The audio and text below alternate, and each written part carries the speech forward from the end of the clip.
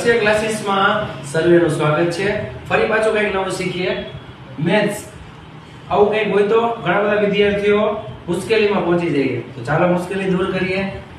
5 ગુણ્યા 2 રૂટ 3 એટલે કે આ બે સમય છે એટલે 5 દુ 10 અને રૂટ 3 જેને અસમય સંખ્યા કહેવાય એટલે એમનામ જ રહેશે।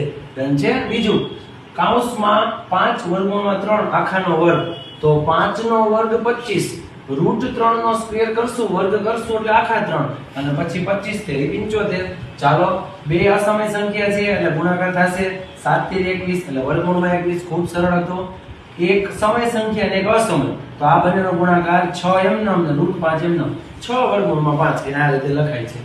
પછી 7 રૂટ 2 ગુણ્યા રૂટ 3 તો પેલા અસમયનો ગુણાકાર એટલે 3 દુ 6 અને સમય સંખ્યા એમનામ એટલે 7 3 દુ 6 વર્ગમૂળમાં 6 એમનામ।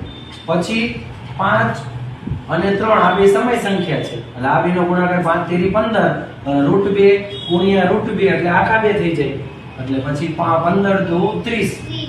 આ પ્રકારનું કંઈક નવું જો શીખવું હોય તો બીજા વિદ્યાર્થીને મોકલો। પછી આવી ગયું।